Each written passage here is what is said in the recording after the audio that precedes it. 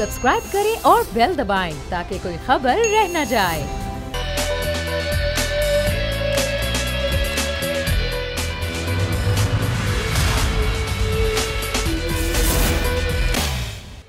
बिस्मिल्लाहिर्रहमानिर्रहीम, अस्सलाम वालेकुम। प्रोग्राम में मैं सुमैया रिजवान आपको वेलकम कहती हूँ। नाजरीन, आज अपने प्रोग्राम का आगाज़ अफगानिस्तान की सूरत हाल से मैं करना चाहूँगी और जिस तरीके से सूरत हाल रोज़ बरोज़ तब्दील हो रही है, पूरी दुनिया की नज़रें उस पर हैं।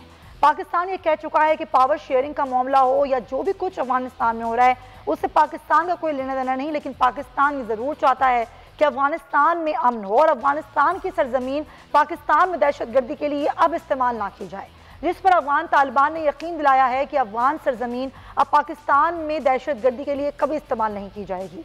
साथ ही साथ जो भी अफगानिस्तान में सूरत हाल हो रही है उससे भी हम ज़रा आपको आगाह कर दें कि वहाँ पर अब तो कुछ तकर्रियाँ भी हुई हैं। ज़ाहिर है जो अहम हुकूमती तकर्रियाँ थी वो शुरू हो चुकी हैं, जिसमें जो ख़जाना है, दाखिला है, तालीम का शोबा है और इंटेलिजेंस चीफ है, ख़ास तौर पे काबुल गवर्नर और मेयर शामिल हैं, जिनकी तकर्रियाँ जो हैं वो की गई हैं। कई अहम मुलाकातें भी इस हवाले से हो रही हैं। साथ ही साथ कुछ अहम पॉइंट्स हैं वो ज़रा मैं आपको बता दूं, फिर डिस्कशन का आगाज़ करेंगे। तालिबान तर्जुमान का ये कहना है कि अमेरिका और दीगर अफवाज जो हैं उनकी डेडलाइन है 31 अगस्त तक की, उससे पहले वो यहाँ से इनकला कर लें, उसके बाद जो भी सूरत हाल होगी उसके लिए एक नया लाएअमल बनाया जाएगा। अमेरिका ये कह रहा है कि डेडलाइन में तोसी की जाए, लेकिन अफगान तालिबान इस पर तैयार नहीं है। साथ ही साथ अफगान तालिबान ये कहते हैं जो पंजशेर का मामला का कल भी मैंने जिक्र किया था, वहाँ का मामला फामो तफहीम के साथ हल किया जाएगा, कोई जंगी सूरत हाल वहाँ पर नहीं होगी। तीसरा मामला है गैर मुल्की सिफारतकारों का, उनको ये कहा गया है कि वहाँ पर वो महफूज हैं, उनकी जान को कोई ख़तरा नहीं है। और चौथा वही कि अफगान सरजमीन किसी मुल्क में दहशतगर्दी के लिए इस्तेमाल नहीं करने दी जाएगी। ये वो मोटी मोटी बातें हैं जिस पर ज़ाहिर बात की जा रही है और भी यही की जा रही है कि जो मामलात हैं वो बेहतर हो जाएं, खुद अफगानियों के लिए, वहाँ रहने वालों के लिए और जो खित्ते के दिगर ममालिक हैं उनके लिए भी। इसी तमाम तरह सूरत हाल पर बात करने के लिए मेरे मेहमान जो मुझे ज्वाइन करें वो तारुफ करवा देती हूँ। लेफ्टिनेंट जनरल रिटायर्ड गुलाम मुस्तफ़ा साहब मेरे साथ प्रोग्राम में मौजूद हैं, उनको हम वेलकम कहेंगे। बहुत शुक्रिया सर आपका। नज़ीर लगाई साहब कराची स्टूडियो से हमारे साथ हैं, सीनियर सहाफ़ी हैं, तज़ियाकार हैं और बोल कैबिनेट चीफ हैं, आपका भी हम बहुत शुक्रिया अदा करेंगे। लेकिन गुफ्तगू आगाज़ करूँगी गुलाम मुस्तफ़ा साहब से। मुस्तफ़ा साहब, बहुत शुक्रिया आपके वक्त का। सर, ये जो सूरत हाल है अफगानिस्तान की, ये डेडलाइन ज़रा मैं स्टार्ट करना चाहूँगी। 31 अगस्त तक की डेडलाइन है और अफगान तालिबान कहते हैं कि हम इसमें कोई तोसी नहीं करेंगे और अगर अमरीकी अफवाज और दीगर अफवाज यहाँ से नहीं निकली तो उसके बाद हमारे एक नया लाएअमल होगा अमरीका के लिए। तो क्या लग क्या रहा है आपको, आगे आने वाली सूरत हाल किस नहज पर जाती हुई लगती है आपको? देखिए, अमेरिकी प्रेसिडेंट ने रात पेंटागन की ब्रीफिंग के बाद ऐलान किया था कि हम 31 की डेडलाइन को मीट कर लेंगे अपने ताकतों के साथ मिलकर, और एक्सट्रीम सूरत हाल अगर हुई तो शायद हमें इसको एक्सटेंड करना पड़े, यानी कि अगर कोई अमेरिकन बीच में रह गए। दूसरी तरफ एक रिपोर्ट्स ये भी हैं कि अफगान जो 313 ब्रिगेड जिसको नाम दे रहे हैं बदरी ब्रिगेड, वो डिप्लॉय उन्होंने कर लिया है एयरपोर्ट के इर्द गिर्द और अफगानों को जो वक्त से भागना चाह रहे हैं उनको रोकने की कोशिश कर रहे हैं। मेरा नहीं ख्याल कि अमेरिकन इसको एक्सटेंड करने की कोशिश करेंगे, लेकिन अगर वो एक्सटेंड करते हैं तो फिर इसके लिए बातचीत तालिबान दोबारा उनसे करेंगे। बातचीत में जो मेन मसला यही होगा कि जहाँ तक सफारत खानों का ताल्लुक है, मैं अभी चीनी सफारत खारिज का वो उनके वज़ारत खारजा का पढ़ रहा था बयान, उन्होंने कहा कि हमारे तो बिल्कुल महफूज है, सब काम कर रहे हैं, हमें कोई मसला नहीं है किसी किस्म का। बाकी सफारत खाने भी यही बातें कर रहे हैं और तकरीबन जो भी सफारत खाने, किसी सफारत खाने में अभी तक कोई किसी किस्म की ना तो कोई बदअमनी की रिपोर्ट हुई, ना कुछ मसला बना है। लेकिन सर, आपको लग क्या रहा है, सॉरी टू इंटरप्ट यू, कि कितने नजर आते हैं तालिबान बातचीत के लिए और जो ट्रस्ट डेफिसिट की सूरत हाल है वो कितना असरअंदाज होगी इसमें? देखिए, बातचीत तो तालिबान की स्ट्रेंथ है। उन्होंने देखा बातचीत से ही उन्होंने मुआहिदा किया, और अगर दो मुआहिदों को आप देखिए तो कभी तो यूं महसूस होता है कि तालिबान ने अमेरिका को लिख कर दिया और बीच में थोड़ी बहुत तस्दीक करके वो मुआहिदा साइन हो गया। अब वो बातचीत ही उनकी मेन स्ट्रेंथ है और बातचीत के जरिए ही उन्होंने अपने जो मुखालफिन थे उनको अपने साथ मिलाते गए और इसी से उनको उन खराबे से भी अफगानिस्तान बच गया। और अब भी वो कोई मेरा नहीं ख्याल कि अमेरिका के साथ कोई कॉन्फ्रंटेशन में जाएंगे, वो अमेरिका से बातचीत करेंगे क्योंकि अमेरिका ने जो एक उनके एसेट्स फ्रीज कर दिए हुए हैं इमीडिएटली, वो 9 to 10 बिलियन डॉलर जो उनके थे, वो बाकी IMF वर्ल्ड बैंक भी पीछे हट गए हैं। तो अमेरिका से बातचीत करके वो ये अपने लिए कुछ ना कुछ रायते ले लेंगे उनसे, ये बातचीत से हो जाएगा मसला। ये कोई इतना बड़ा इशू नहीं बनेगा कि जिसको हम समझें कि ये एक वो इशू बन जाएगा, जिससे आग लग जाएगी वहां पे। तालिबान का ये कहना है कि अगर हम इनको रहने देते हैं तो ये शरारत जो अमेरिका का पोटेंशियल है उसको तो किसी को डाउट नहीं है, वो गड़बड़ तो करने की पोटेंशियल तो रखता है। अगर एयरपोर्ट नहीं कंट्रोल में रहे तो कुछ भी करने के काबिल तो है उनके, उनकी फोर्सेस तो इर्द गिर्द मौजूद है खिते में। इसलिए वो चाहते हैं कि ये निकले उनकी हुकूमत आके, क्योंकि जो बाकी जो कुछ भी कर रहे हैं तालिबान ने, जब इससे फारिग होंगे तो ही बाकी काम भी चलते हैं। हालांकि वो कोशिश कर रहे हैं कि बाकी मुल्क में भी अमन अमान हो और बाकी मुल्क में भी हालात बेहतरी की तरफ जाएं, और रिपोर्ट यही है कि हालात बेहतरी की तरफ जा रहे हैं। अमन अमान की सूरत हाल बेहतर है कंपैरेटिवली उस दिन से जिस दिन से उन्होंने काबुल को टेक ओवर किया। बिल्कुल बिल्कुल पॉइंट एक है। शौकत बसर साहब भी हमें पाकिस्तान तहरीक इंसाफ से ज्वाइन कर चुके हैं, लेकिन उससे पहले लगारी साहब का मैं इस पर तजिया लूँ। लगारी साहब, पाकिस्तान तो ये कह रहा है कि जी पावर शेयरिंग का मामला हो या दीगर मामला जो भी वहाँ पर तय पा रहे हैं, इससे पाकिस्तान का लेना देना कोई नहीं है और होना भी नहीं चाहिए। लेकिन ज़ाहिर है पाकिस्तान अमन की बात कर रहा है, अपने खत्ते में अमन की बात कर रहा है, अफगानिस्तान में अमन की बात कर रहा है। पाकिस्तान ने जो दीगर ममालिक से राबते करने हैं, अभी वज़ीर ख़ारजा 4 ममालिक के दौरे पर हैं, क्या पाकिस्तान जिस तरह से सूरत को टेकअप करना चाहिए आपके मुताबिक कर रहा है पाकिस्तान? ज़ाहिर है पाकिस्तान इसके अलावा और क्या करे। पाकिस्तान ने ताकत के इस्तेमाल से उसको तो कोई हक़ ही नहीं पहुंचता है ना, हमें इस बात का कोई हक़ नहीं पहुंचता कि हम अफ़गानिस्तान के मामले में ताकत का इस्तेमाल करें। हम अफ़गानिस्तान के लोगों को या वहाँ पर जो भी हुक्मरान उनको डिक्टेशन नहीं दे सकते, और दुनिया के किसी भी मुल्क को किसी भी जगह पर डिक्टेशन नहीं देनी चाहिए। हाँ, जहाँ बेसिक चीज़ें हैं कि ह्यूमन राइट्स का वायलेशन ना हो, पाकिस्तान इसको भी मॉनिटर कर रहा है, दुनिया भी मॉनिटर कर रही है, और जो लोग हैं उनकी जान और माल महफूज हो, पाकिस्तान इसको भी मॉनिटर कर रहा है और दुनिया भर के लोग भी इसको मॉनिटर कर रहे हैं। कोई ऐसी चीज़ ना हो जिससे दुनिया में कोई बेचैनी पैदा हो। मेरे ख़्याल में अब तक की सूरत हाल में ऐसा कोई बड़ा इंसिडेंट नहीं हुआ है जिसने दुनिया को चौंका दिया हो, हिला दिया हो, ऐसा कोई वाक़या नहीं हुआ है। पाकिस्तान के जो अपने रिजर्वेशंस रहे हैं कि अफ़गानिस्तान से हमारी सरज़मीन को मसाइल होते हैं, अफ़गानिस्तान से हमारे इलाके में टेररिस्ट घुस आते हैं और वो आकर हमारे अमन को ख़राब करते हैं, तो ज़ाहिर तालिबान ने उसकी यकीन दहानी कराई है कि ऐसा नहीं होगा।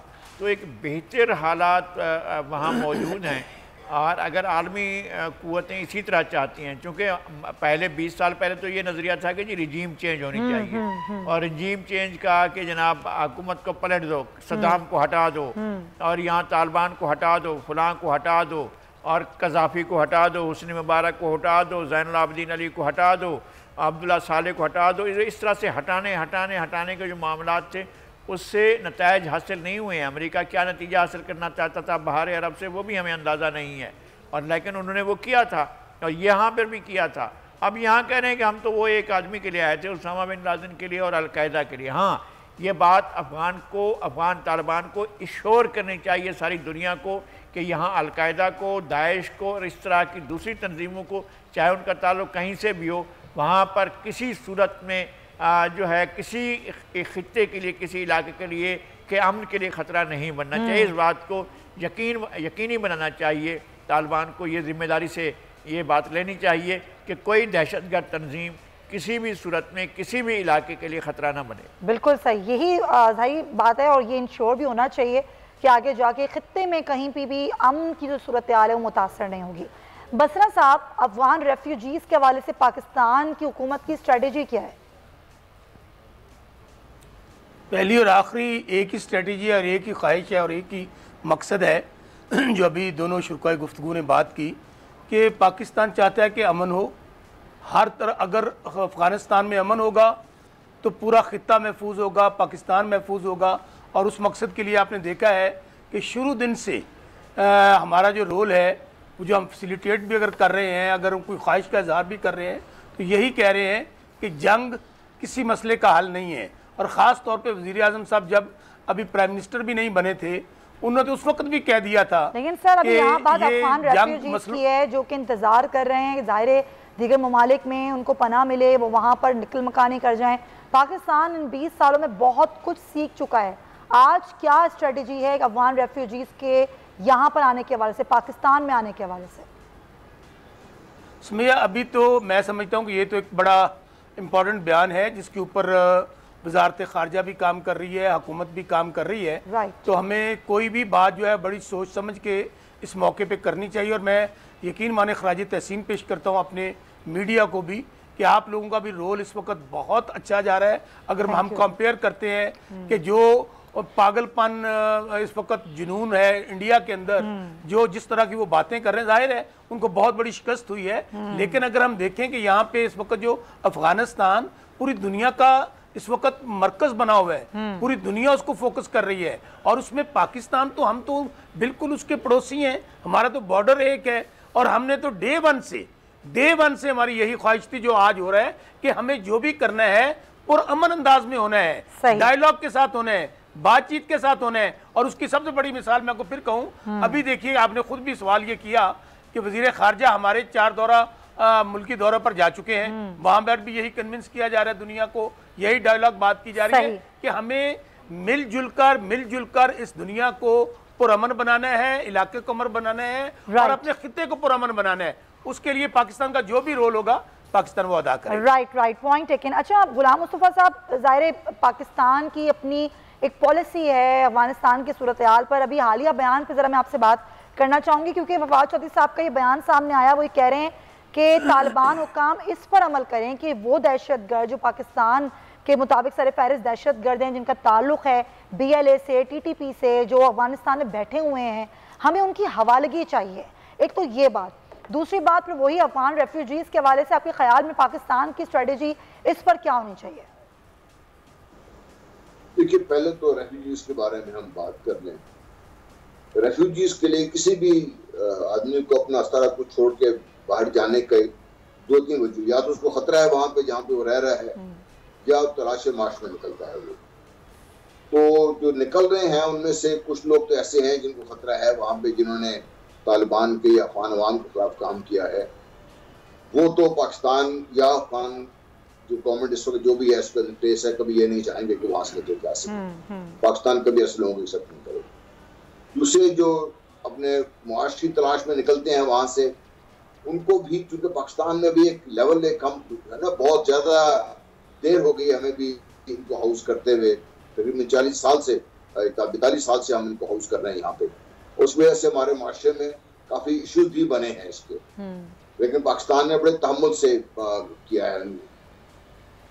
अब माशी हालत ना ही माशरत इसको अफोर्ड कर सकती है। अगर वो आते भी हैं इस वजह से, तो उनको बॉर्डर्स पे जो मुझे इतलात ये है कि बंदोबस्त किया गया है, जिसके ईरान ने किया था लास्ट टाइम अराउंड 79-80 में, उनको वहीं पे कन्फाइन रखा जाए, उनको वहाँ तमाम सहूलतें दी जाए, और कोशिश की जाए कि जल्दी जल्दी वो अफगानिस्तान वापस चले जाएं, और बाकी जो अफगान ये भी वापस चले जाएं। एक तो इशू ये सबसे सही जी। दूसरा जो हम जो बात कर रहे हैं ना जी, कभी जो ये ऊंट को किसी कल हम बैठने दे नहीं चाह रहे जी, हमें जल्दी ये है कुछ ना कुछ हो जाए अफगानिस्तान में। हाँ। ये एक अजीब किस्म की मुझे कैफियत नजर आ रही है। देखिए, एक नए सेटअप आया है वहां पे, उनको कुछ टाइम तो दें अपनी सारी चीजों को अब्जॉर्ब करने का। अब जहां तक बात यह है कि वो पाकिस्तान के खिलाफ जिन लोगों ने काम किया है, एक तो हमारा अपना जो मीडिया में ज्यादातर तो ये बात बिल्कुल सही है जो भी कह रहे थे मेरे भाई बसर छोटा भाई, लेकिन एक चीज मीडिया में एक चीज भी आ रही है कि पाकिस्तान तालिबान को क्यों सपोर्ट कर रहा है। हमने तमाम तालिबान को एक उसमें लंप कर दिया हुआ है। जो तहरीक तालिबान पाकिस्तान बड़ा सोच के किसी ने नाम दिया था कि जब भी कहते तालिबान तालिबान ही बात होती है। ये वो लोग हैं या तो गैर मुल्की हैं या वो पाकिस्तानी हैं। अखवान जो भी इस पाकिस्तान में जो पकड़े गए हैं वो अखवान थे जो पाकिस्तान आके बैठे थे, इस्तेमाल होते रहे थे। कुछ अफगान जरूर इस्तेमाल हुए हैं, लेकिन ये जो तालिबान जिनकी हम बात कर रहे हैं, अफगान जो अपने आप को भी इस्लामिक एमिरेट्स ऑफ अफगानिस्तान के नाम दे रहे हैं, इनका इससे ज्यादा इनको मंतखब ज्यादा नहीं था। उनके इंटरेस्ट में भी ये है, बल्कि उनके इंटरेस्ट में पाकिस्तान के इंटरेस्ट से भी ज्यादा है इस किस्म के दहशतगर्द जिनके हाथों पर हमारे बच्चों का खून है। जाहिर है वो ना और यही अगर रहे उनको सजा दी जाए, अगर वो पाकिस्तान की वाली की जाए तो पाकिस्तान में सजा दी जाए, ताकि इस खित्ते में लोगों के लिए एक मिसाल बन जाए, मिसाल बने और खित्ते में अमन हो। गुलाम मुस्तफा साहब पॉइंट टेकन, आप बिल्कुल सही कह रहे हैं। ज़रूरत इसी अमर की है कि खित्ते में अमन हो, और अमन के लिए जो भी इक़दामात उठाए जाएँ तमाम ममालिक की जानिब से वो होने चाहिए। बहुत शुक्रिया आपका गुलाम मुस्तफ़ा साहब हमारे साथ मौजूद थे आपकी गुफ्तगू का एक और अहम मौजू जिस पर आज हम बात करेंगे और वो मामला है कि FBR का सिस्टम हैक होता है। नाजरीन, कुछ अर्से पहले FBR इस खबर को छुपा के रखता है, FBR ने इस खबर को छुपाया वजारत ख़जाना से, फिर ये खबर सामने आती है तो वफाकी हुकूमत जो है वो FBR चेयरमैन को हटा देती है। 4 माह बाद फिर चेयरमैन FBR को तब्दील कर दिया जाता है। उसके बाद जो वज़ीर आज़म के मुआविन खुसूसी हैं वक़ार मसूद, वो भी मुस्ताफ़ी हो जाते हैं और उनका इस्तीफ़ा मंजूर कर लिया जाता है। अब यह सिस्टम हैक कैसे हुआ, ये क्या मामला हुआ, अब इसकी इन्वेस्टिगेशन स्टार्ट कर दी गई है। पहले इसकी अपडेट ले लेते हैं, इस पर डिस्कशन करेंगे। उमर हयात हमारे नुमाइंदे हमारे साथ हैं। उमर, इन्वेस्टिगेशन शुरू हो चुकी है, किस तरह से इन्वेस्टिगेशन हो रही है? कोई कमेटी बनाई गई है, किस तरह इन्वेस्टिगेट करेगी? क्या कोई रिपोर्ट मुरतब की जाएगी? क्या होगा? क्या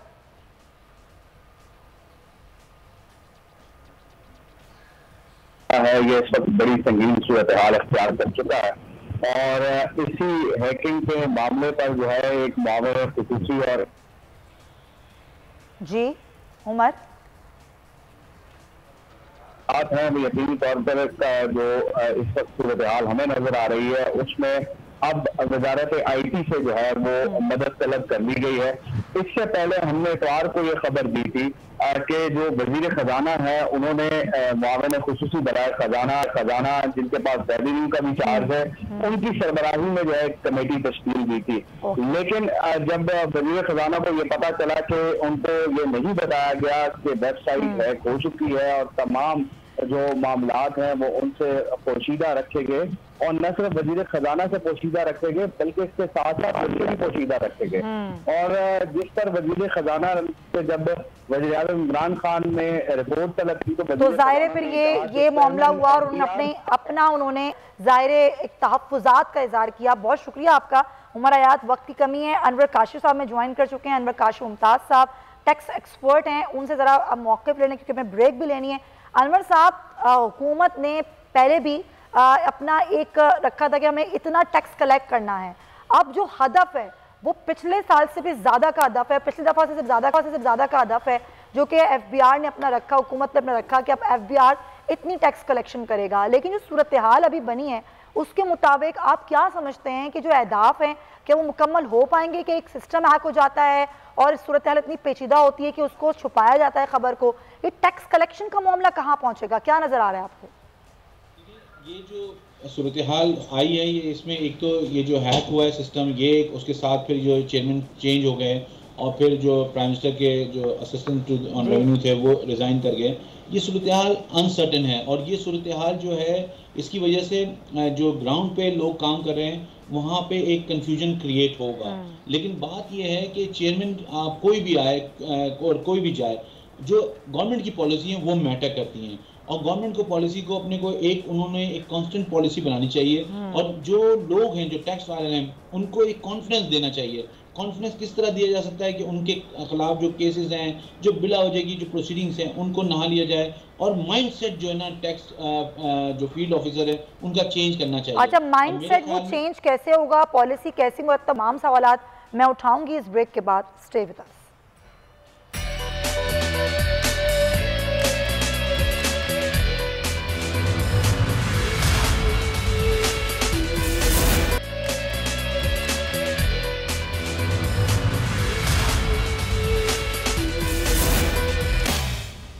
welcome back to the show और हम बात करें चेयरमैन FBR जिनको हटाया गया 2018 के बाद से लेकर अब तक 5 जो चेयरमैन FBR उनको तब्दील किया जा चुका है। ज़ाहिर इसके असरात भी होते हैं, लेकिन थोड़ा सा इस खबर पे मैं मुतालिक आपको बता दूं कि जो सिस्टम हैक हुआ ये कहा जा रहा है FBR की जानिब से कि अब पूरा सिस्टम बहाल कर दिया गया है।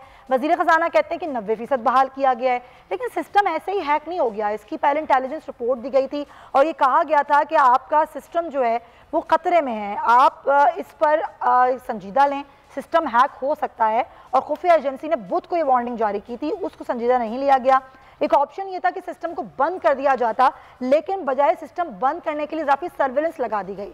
अब एक और मामला ये है नाजरीन कि जो FBR में जो वर्ल्ड बैंक के लोन के पैसे से एक चीफ इंफॉर्मेशन ऑफिसर को हायर किया गया है, उनकी तनख्वाह जो है वो चेयरमैन FBR से 10 गुना ज़्यादा है और उन पर भी जिम्मेदारी आयद होती है। ना सिर्फ उन पर जिम्मेदारी आयद होती है, चीफ एग्जीक्यूटिव ऑफिसर पर भी जिम्मेदारी आयद होती है। लेकिन सिर्फ FBR चेयरमैन को हटाना ही सब कुछ होगा क्या? कि यही तरीक़ेकार होता है? अनवर काशिफ साहब, अब जाहिर जिस तरह मैंने बताया कि 5वीं बार चेयरमैन FBI को तब्दील किया गया और फिर ये कहा गया कि ये हमारे अहदाफ हैं, हमें इन्हें कंप्लीट करना है। फिर एक माइंडसेट जिसकी आपने बात की, एक पॉलिसी की बात की, ये सब कैसे होगा अगर अंदरूनी तौर पर इतने मामला खराब होंगे? देखिए, ये लोगों को काफ़ी दिनों से ये पता चल रहा था कि एक किसी किस्म की एक कोल्ड वॉर चल रही है और एक जो इस तरह की सूरत हाल थी टॉप पे, और ये जब चीज़ें आती हैं तो ट्रिकल डाउन करती हैं, इसका इफेक्ट जो है वो कंफ्यूजन में वो एक नेगेटिव इम्पैक्ट में जाता है। हैविंग सेड दैट, अब सूरत हाल ये है कि चेयरमैन FBI जो है ना एक एडमिनिस्ट्रेटिव पोस्ट है, ये कुछ ज़्यादा इंपॉर्टेंस इसकी दे दी गई है, जबकि फाइनेंस मिनिस्ट्री जो है ना उसको प्लान आउट करना चाहिए कि रेवेन्यू कैसे कलेक्ट होगा, टैक्स आपकी प्रायोरिटी क्या है, आप क्या डॉक्यूमेंटेशन को पहले प्रायोरिटी दे रहे हैं नहीं दे रहे हैं। आपने जो नया पाकिस्तान का वो जो आपने एक प्रोजेक्ट बनाया है उसमें पाकिस्तान में डॉक्यूमेंटेशन आप करना चाहते हैं नहीं करना चाहते हैं, ये जो चीज़ें हैं ये बड़ी इंपॉर्टेंट है। जब डॉक्यूमेंटेशन होगी, पाकिस्तान का मसला ये है कि डॉक्यूमेंटेशन नहीं है, डॉक्यूमेंटेशन होगी, जो आपने बात की शुरू में अपने प्रोग्राम में, वो कि जो अहदाफ रखे गए हैं FBI के वो क्या अचीवेबल हैं या नहीं है। जब डॉक्यूमेंटेशन होगी तो अहदाफ खुद ब खुद अचीवेबल होंगे। तो ये एक एडमिनिस्ट्रेटिव जॉब है, चेयरमैन FBI इतना बड़ा मसला नहीं है। आप कोई भी किसी को भी ले आएंगे, जो plan of action finance ministry देगी, जो हुकूमत देगी, वो उसको एग्जीक्यूट करेंगे। लेकिन जो इम्पोर्टेंट चीज़ जो है ना वो ये है कि माइंडसेट जो है ना फील्ड ऑफिसर का चेंज होना चाहिए, FBR के लोगों का चेंज होना चाहिए, जो टैक्स फाइलर्स हैं उनको आप फैसिलिटेट करें। एक दौर आया था मुशर्रफ साहब के दौर में 5 साल का, जब उन्होंने ये बात बावर कराई थी कि FBR के लोग जो हैं वो फैसिलिटेशन मोड में चले जाएं। जब वो गए थे तो वहाँ टैक्स फाइलर्स भी बढ़े थे, वहाँ रेवेन्यू भी जनरेट हुआ था। तो अगर यही मोड जो माइंडसेट की मैं बात कर रहा हूँ, ये मोड अगर दोबारा वापस आ जाए तो मेरे ख्याल में ऐसा ही होगा, फैसिलिटेशन भी होगी और उसके साथ साथ जो है रेवेन्यू जनरेशन जो है ऑटोमेटिकली होगी। वो बिल्कुल आप सही कह रहे हैं, यही सारी चीज़ें हैं। बसरा साहब, हुकूमत इन तमाम तर चीज़ों को किस तरह से देख रही है? ज़ाहिर हुकूमत ने अपने अब टारगेट सेट किए हैं, टारगेट को भी अचीव करना है। ये अंदरूनी मामलात कहा जा रहा है कि अंदरूनी इख्तलाफात पहले से थे, वजारत ख़जाना के भी और वक़ार मसूद के भी, जो वजह बनी मामला ये नहीं था जो बताया गया। देखिए ये सवाल बसरा साहब से है। अनवर साहब जी बसरा साहब, भैया जो आपने पहली बात कही है ना, हुकूमत की पहली और आखिरी तरजीह वही है कि जो टारगेट गवर्नमेंट फिक्स करेगी हमने उसको हर सूरत में अचीव करना है। पाकिस्तान में होता क्या रहा है, यहाँ पर हमेशा ये होता था कि बड़े बड़े लोग, बड़ा बड़ा कारोबारी तबका, वो तमाम की तमाम लोग जो थे उन्होंने एक साजबाज करके इस मुल्क के FBR के टैक्स के निज़ाम को भी हाईजैक किया हुआ था। वहाँ पर जितने भी ऑफिसर, और ये हो नहीं सकता कि जब तक महकमा शामिल ना हो बिजनेसमैन के साथ तो वो टैक्स को चोरी कर सकता हो या टैक्स को बचा सकता हो। तो इसलिए ये मैं भी अब सुन रहा था और इसमें जाहिर है कि एक सवाल उठता है कि आपने 5 चेयरमैन चेंज कर दिए, उसमें पहली और आखिरी तरजीह वही है जो आप बात कह रही हैं कि प्राइम मिनिस्टर ने फैसला किया हुआ है कि जो परफॉर्म नहीं करेगा, जो जिसके सामने को टारगेट रखे गए हैं उनको अचीव नहीं करेगा, तो उसमें बिल्कुल उसको रिमूव किया जाएगा, उसको उसकी सीट से अलग कर दिया जाएगा, ताकि कोई नए आने वाले आदमी को सामने रखा जाए। और ये कोई लाइकिंग डिसलाइकिंग वाली बात नहीं है। जाहिर है चेयरमैन जब प्राइम मिनिस्टर किसी को लेकर आते हैं, उसको वहाँ पे लगाते हैं, तो जाहिर है वो उसके लिए, उनके लिए अच्छी ख्वाहिशात होती हैं। लेकिन अगर देखें ना, अगर हमारी कोई नेगेटिविटी हो तो यहाँ तो होता ये था कि एक अफसर आया है, 4 साल 5 साल लगा रहा है, बल्कि 10-10 साल। लेकिन ऐसा भी नहीं होना चाहिए ना कि ऑफिसर्स को बार-बार चेंज करने से भी सिस्टम जो है वो मुतासर होता है, ऐसा भी नहीं होना चाहिए। चले point taken sir, point taken. लेकिन ज़ाहिर वक्त की कमी है, लगारी साहब का मौका भी मिले। लगारी साहब, आपको क्या लग रहा है ये मामलात हैं क्या, ये इसीलिए हुआ कि निगलिजेंसी थी किसी की, या ये अंदरूनी इख्तलाफात वजह बने ये बार बार तब्दीलियों के? मेरे ख्याल में बहुत सी चीज़ें हैं जिनको देखना ज़रूरी है। ये बसरा साहब उसका कोई भी जवाब दें, हुकूमत उसका कोई भी जवाब पेश करे, लेकिन 3 साल के मुख्तसर अरसे में अगर हम 6 बनाते हैं चेयरमैन FBR, तो इसका मतलब ये है कि कहीं ना कहीं कोई ना कोई गड़बड़ तो मौजूद है। मेरा ख्याल ये है कि एक है tax regime, tax collection regime, और एक है टैक्स जो देने वाले हैं जी। इनके दरमियान कोई या तो मिली भगत है, या इनके दरमियान कोई आवेदिश है, या इनके दरमियान कोई चपकलिश है, जिसकी वजह से ये मामलात इस तरह से बढ़ रहे हैं। और ये कि हुकूमत के अंदर ऐसे लोगों का स्टेक ज़्यादा है और इन्फ्लुएंस ज़्यादा है जो टैक्स रिजीम को अपने टारगेट अचीव नहीं करने देते हैं। बिल्कुल ऐसा होगा। आप ज़रा इसको भी चेक कर लें, और बसरा साहब मेरे भाई हैं वो भी चेक करें कि क्या हुकूमत के अंदर ऐसे लोग मौजूद हैं और अल्टीमेटली वही बेनिफिट करते हैं उन लोगों को जो टैक्स चोरी करते हैं। और इस बात का ख्याल नहीं रखा जाता है कि ये सारे का सारा टैक्स पाकिस्तान के ही काम आना है। जाहिर है हम पहले अशरू से ये तजवीज़ दे रहे हैं कि जनाब आप डायरेक्ट टैक्स की तरफ जाएं। हमें पता है ये मैंने एक पेन लिया है, इस पर मैंने टैक्स दिया है, तो ज़ाहिर है उस टैक्स का कोई ना कोई तो इस्तेमाल होगा। या मैं चाय का एक कप पीता हूँ, इसके अंदर मुझे टैक्स देना पड़ता है, और अगर ये पानी पिया जाता है तो इसका भी एक टैक्स दिया जाता है। तो डायरेक्ट टैक्स हो तो मुझे पता चले ना कि मैंने कितना टैक्स पे किया है। एक आम आदमी तो टैक्स नेट में है सर, यही बात हम कर रहे हैं। आम आदमी जो मजदूरी करता है वो भी टैक्स नेट में है। ऐसा नहीं है, लेकिन उससे इनडायरेक्ट टैक्स लिया जाता है। उसके जी जनरल सेल्स टैक्स, ये जनरल सेल्स टैक्स जो है आप डायरेक्ट लगाए ना बंदे के ऊपर, जी पता चल जाएगा कि आप कितना जनरल सेल्स टैक्स अच्छा देते भी हैं वही लोग, जाहिर जो एक आम आदमी। मुझे एक और मैं आखिरी बात करता हूँ कि चेयरमैन FBI डॉक्टर अशफाक बहुत मंझे हुए माहिर माशियात हैं, और उनके साथ उनका एक तजर्बा है, और वो पहले भी इस टीम में वज़ीर आज़म की टीम में साथ रहे हैं लेकिन नहीं चल पाए। अब यहाँ पर चेयरमैन FBI के तौर पर वो कितना चल पाते हैं और वो कितना नताइज देते हैं, खुदा न खास्ता अगर आइंदा चंद माह में वो भी कहते हैं जी मेरी माजरत मैं नहीं अचीव कर पा रहा हूँ, तो क्या होगा फिर वो हुकूमत के तो आसान जवाब है कि हम 7वां ले आएंगे। तो 7वां लाना असल टारगेट अचीव हो रहा है या नहीं हो रहा है, ये असल सवाल है। इसी को हुकूमत ने देखना है, क्योंकि हुकूमत के पास टाइम भी बड़ा कम है। जाहिर है ये 3.5 साल हुकूमत गुजार चुकी है और अपनी एक्सपेक्टेशंस को खुद ही इतना हाई किया है। अच्छा अनवर साहब, मैं बस आपसे लास्ट यही पूछना चाहूँगी कि हुकूमत के टारगेटेड अचीव अगर नहीं होते हैं जो कि उन्होंने खुद सेट किए हुए हैं, तो फिर क्या होगा? और ये सूरत हाल अगर इस तरह कोलैप्स करती रहेगी तो आगे आने वाले दिनों में आप क्या देख रहे हैं?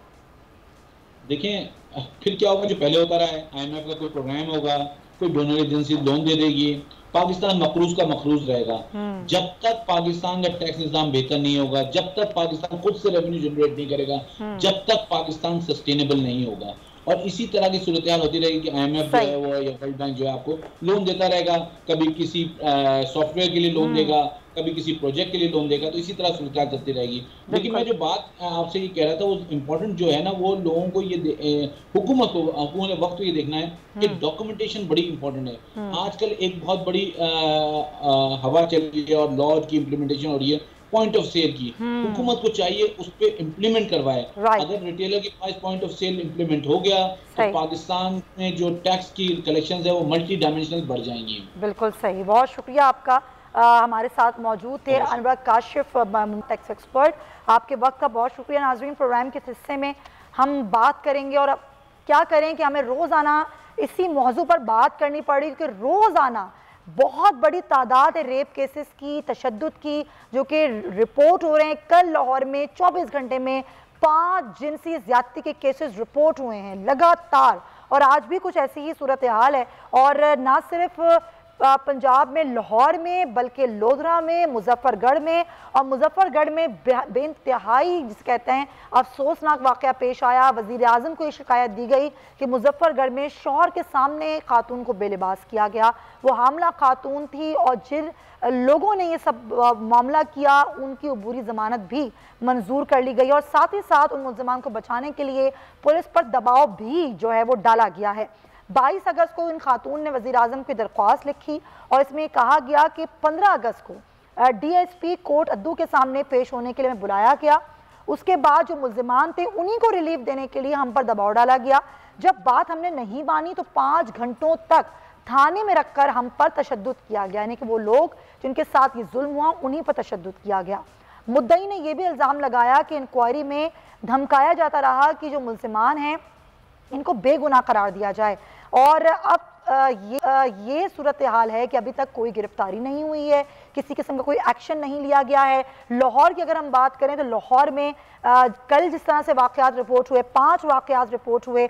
लोधरा में एक 17 साला मौज़िन बच्चा मोहसिन जिसे ज्यादती का निशाना बनाया गया और ये कहा गया कि यहाँ पर भी यही सूरत हाल है कि SHO जो है वो मुलजिम को गिरफ्तार नहीं कर रहा है। मदरसे की तालिबा से मुबैना ज्यादती का जो मुलजिम है मुफ्ती शाह नवाज, उसकी अबूरी जमानत भी मंजूर हो गई। वाक़यात का एक हुजूम है जो मेरे सामने, और बड़ी अफसोस की बात है कि इनमें कोई गिरफ्तारी अभी तक अमल में नहीं लाई गई है। इसी पर मैं मेहमानों से भी बात करूंगी, लेकिन मुझे ज्वाइन करी है चेयरपर्सन चाइल्ड प्रोटेक्शन ब्यूरो सारा अहमद साहिबा, उनसे हम बात करेंगे। सारा साहिबा, ये जो वाक़यात बेहतर पे हो रहे हैं बच्चों के साथ, बच्चियों के साथ ज्यादती के, क्या मामला क्या है और चाइल्ड प्रोटेक्शन ब्यूरो इस पर किस तरह काम कर रहा है?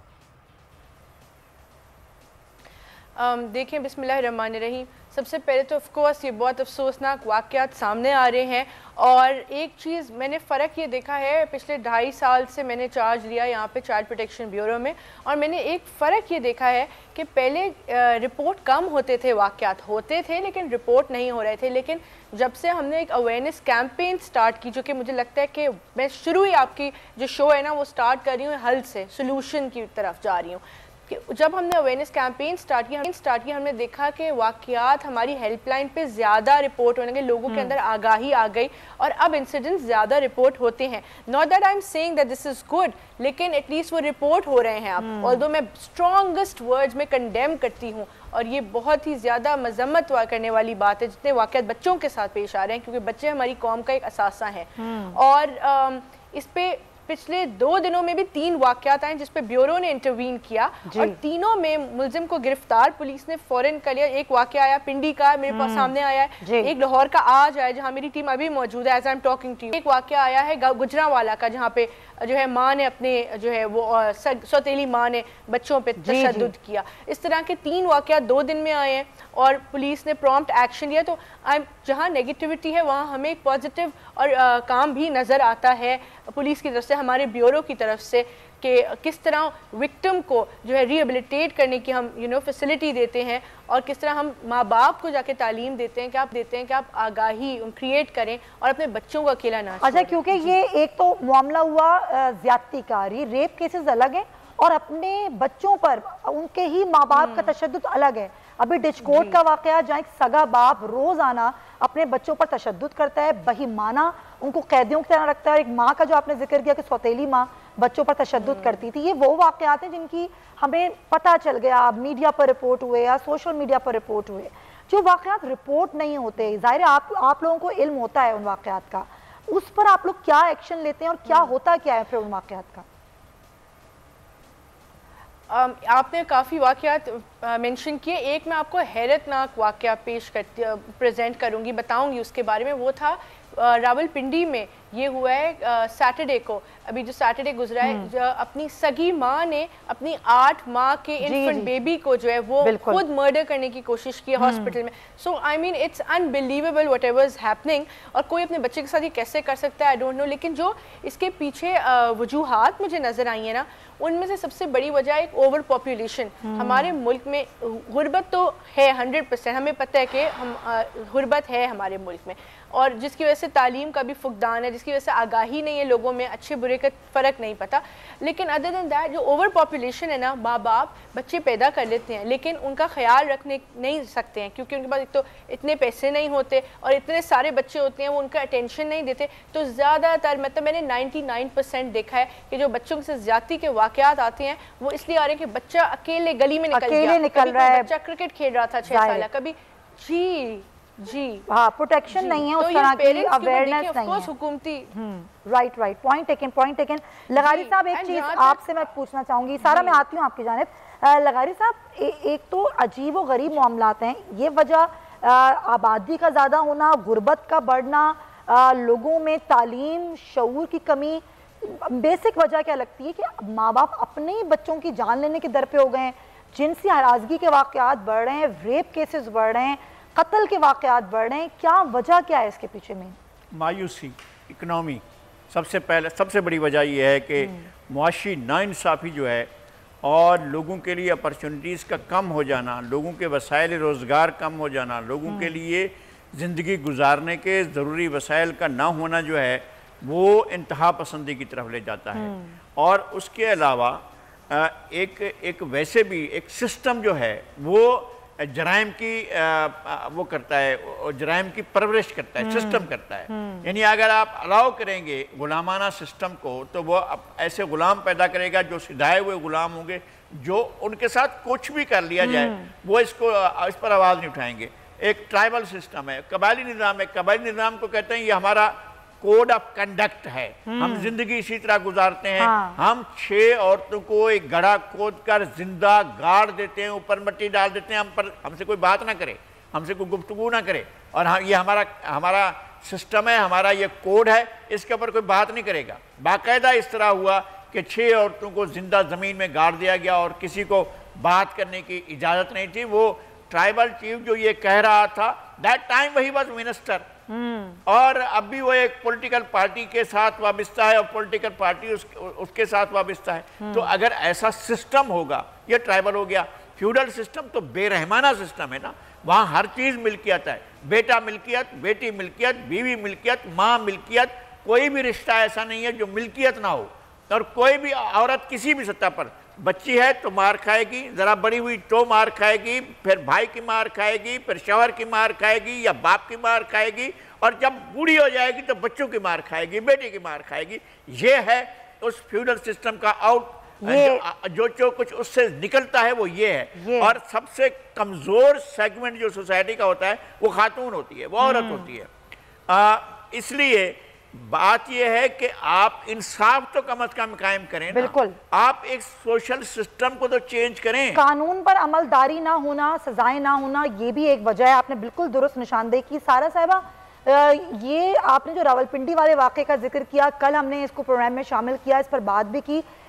इस बच्चे के बारे में बताइएगा कि इस बच्चे को आपने अपनी कस्टडी में ले लिया है, इसकी अब हालत कैसी है, और जो माँ है क्या उसको गिरफ्तार करवाया गया था, अब क्या सिचुएशन है?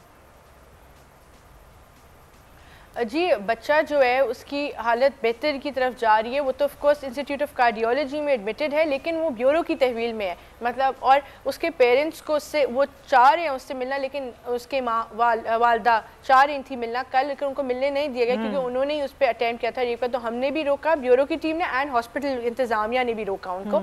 तो बच्चा सेफ़ है, उसकी हालत में इम्प्रूवमेंट है। जैसे ही वो परफेक्ट कंडीशन हो जाएगी उसकी, तो ब्यूरो, हमारा जो नर्सरी है लाहौर में, उसको वहाँ पे शिफ्ट कर दिया जाएगा।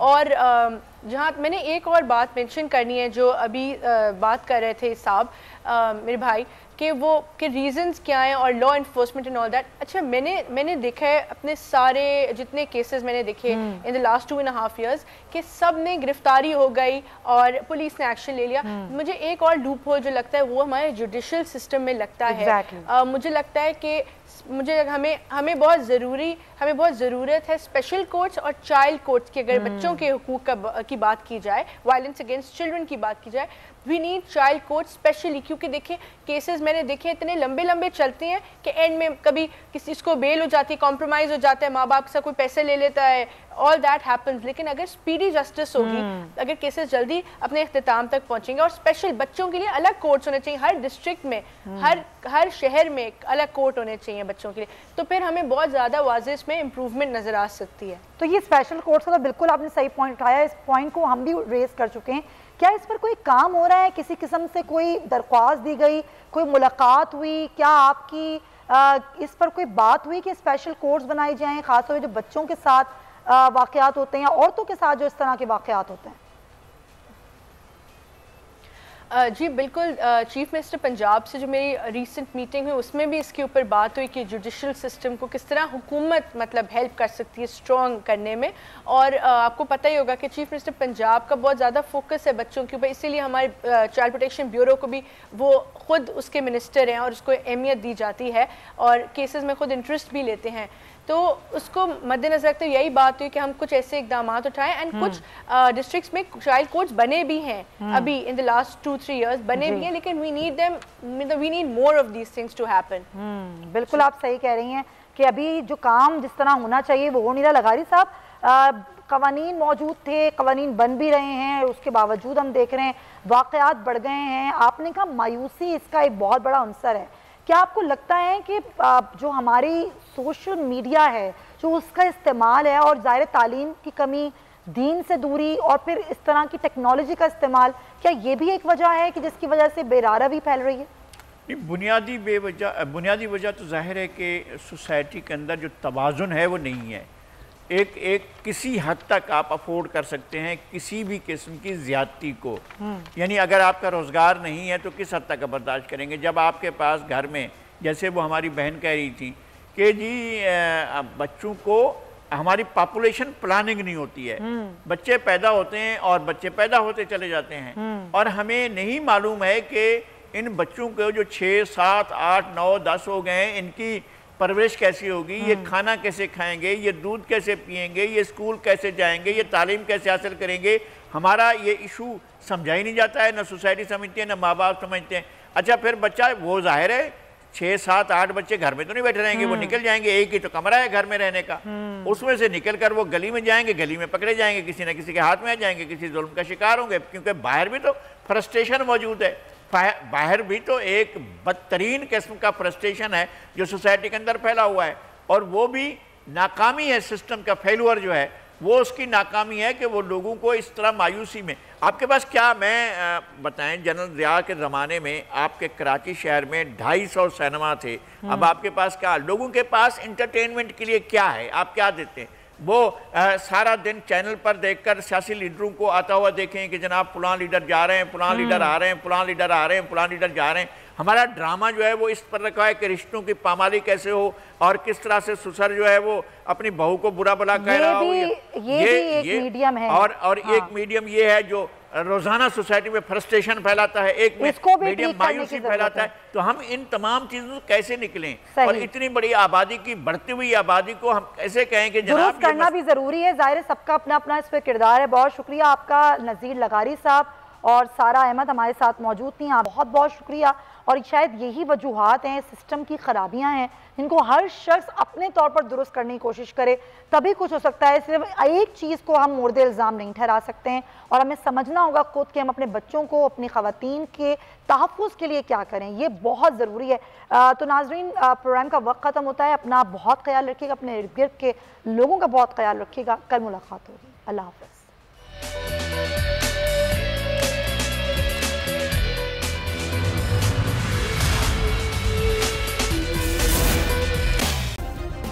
सब्सक्राइब करें और बेल दबाएं ताकि कोई खबर रह न जाए।